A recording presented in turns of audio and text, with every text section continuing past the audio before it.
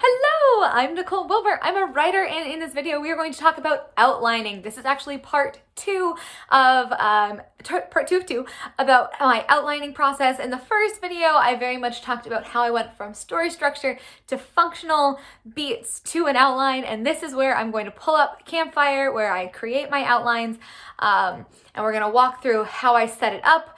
All the different panels, what they mean, how I use it, and we're going to dive deep, in depth, I guess, on what my outline looks like in that specific program. This can be used, I think it's useful even if you don't use Campfire, because some of the different things, I like how I separated it out, but I'm also going to show you, how I set it up in Campfire, if you're interested in that. And I am new to this software, newish. I've obviously done a huge, 20,000 word outline in Campfire, so I've been in the program a lot. I know how to use it, but I did try out a couple of different ones and played around with it, and this was kind of my favorite that I found so far. So let's pull it up, let's turn the camera around, and let's take a look. So I've set up the timeline like so. Now my book is divided. It takes place over 5 days? 6 days. 6 days.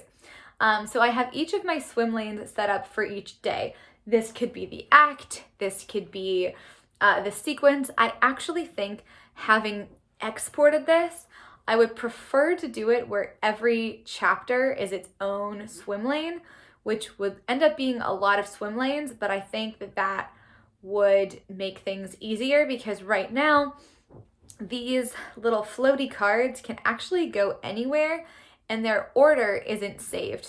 So if I was to export this, it would export it in like an arbitrary order, not the order I've created here. That's just the kind of the base of the canvas, but that is how that works. Here is my scene card setup. Now this is an example I've pulled from my current timeline. And so you can see it is divided into 3 panels. There's a lot on here, so we're going to go through them one by one and then break it down, and we'll look at a couple of the different scene cards. So at the top, we have the scene number and the character name. This is a multi-POV book, so, the POV character. On this panel, this is kind of the overview panel. So I'll generally give us our location. So Charlotte, who is the protagonist of the story, she's in detention in the costume closet. I tend to have some notes on like what the setup is for the scene, if there's setup before we get straight into the action. And we'll have some notes here on like overview things that happen. So this is what she's thinking now. She's hoping that by rejecting herself first, from being part of this play, she'll feel less pain. And then throughout the scene, she gets released from detention. She sees the cast list.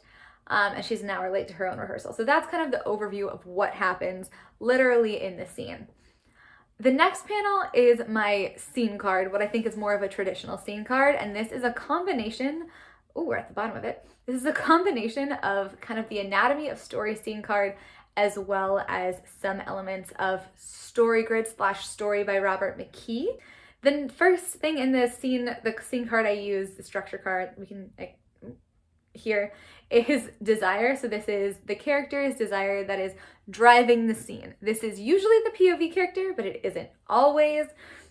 Here I have 2 desires for her. Really, this should really be broken maybe into 2 different scenes, considering I have 2 different desires. But it's one chapter. It's a chapter that's written that I'm not going to change, most likely. It's one of my favorite things I've ever written, actually. So I'm leaving it at that, but really there should be 1 desire line here. Then there's the opponent. Opponent of herself is controversial, but I'm noting it in there anyways. The opponent is who is blocking her either directly or indirectly from getting her desire. Plan is the protagonist's plan to achieve her desire. Conflict is, this is usually created by the opponents or by the environment that is stopping her and interrupting her plan, basically. What is disrupting her plan so she can't get what she wants? And so I have notes here about, she's told in this scene that she got to be the director of a play, which is in theory a good thing, but because of her other actions, she's late, she's flustered, and then someone, steps up and confronts her directly. Next, we get to that more story type. So crisis is basically, if you know a story grid, it's your inciting incident, progressive complication, crisis, climax, resolution. Crisis is what is the decision or choice she has to make. So things have been complicated through the conflict. There have been escalating complications that are disrupting her plan, that are getting her further from her scene desire. And she has to make a final decision about, she's forced to make a decision in this scene here. Here, she has to decide whether to keep up a facade and kind of give up, or to, commit to being the director here. And so that's the crisis. I just explained the crisis. And then there is the decision. So what does she do? What's the outcome? Also, I've called it decision in story grid terms. It's the climax, but really it's what is her decision. Next is the twist or reveal. I don't often fill this out because I think it comes kind of with writing. But in this one, the full cast list of the production was revealed, and that is built up to in the previous scenes. And then we have the end point where we are at the end. You'll notice I haven't mentioned anything about these bits that are in italics. Because this is an outline for a book that I already wrote a 0 first draft of, I've copied and pasted lines in there that I feel really exemplify these elements, or that are like right on the tone and the story and the thing I really want to express. So if it's good and if I think it will help me when I go to rewrite, I've copied and pasted lines in there. So now we get over here to the beats. They actually have drop-down lists available where you can select a bunch of different story structures. Here, let me click the plus button.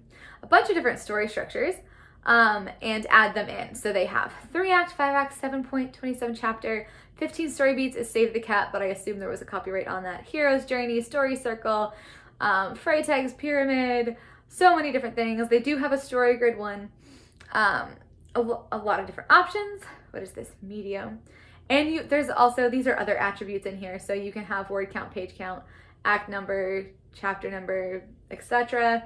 A whole bunch of different, what's event archetype? There's a whole bunch of different things you can play around with these attributes. I'm just using the plot structure one, and I am using Save the Cat and Romancing the Beat. If you want to check out my last outlining video, I explained why I was using multiple story structures, because each of my characters, or not each of my characters, but the narrative arc of my different characters, sometimes it's not the same. So this character does not have a romance plot. She does do Save the Cat. I have one character who doesn't do either of these, and she's more on anatomy of story.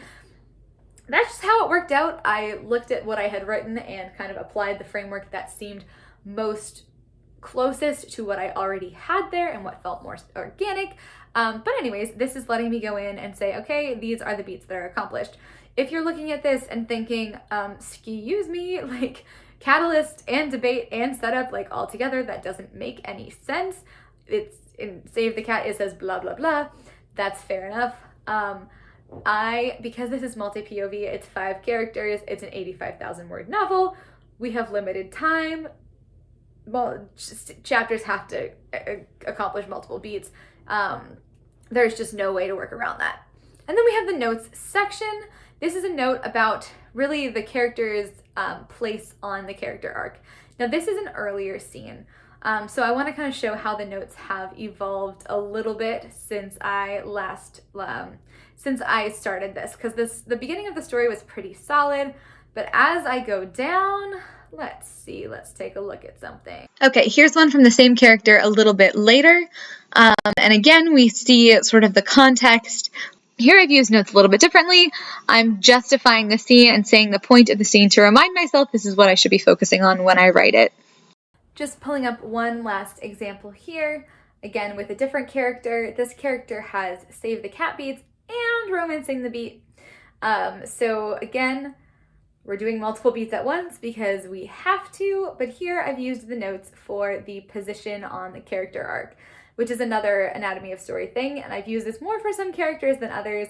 The characters I'm a little bit harder to relate to, I tend to jot it down. And of course, we always have the goals here. In some cases, my notes have been just pulled from my functional outline on like show X, show Y, and here is, solidify this motivation. So I would love to hear from you. How do you do your outlining? Do you use any sort of tool like this? I've previously been in Word, and I have to say, this is a big improvement for me over using Microsoft Word. I really like it. I like the different panels. I like that it's only $2 a month. I like how I can do the beat selection and the drop down is right there for me. So would love to hear your thoughts about your outlining process. And for some people, especially pantsers, this whole thing I do is like worst nightmare. And that's okay, because whatever, we outlined, we approach stories differently. So for some people, this would totally kill their creativity, but I love the structure of this.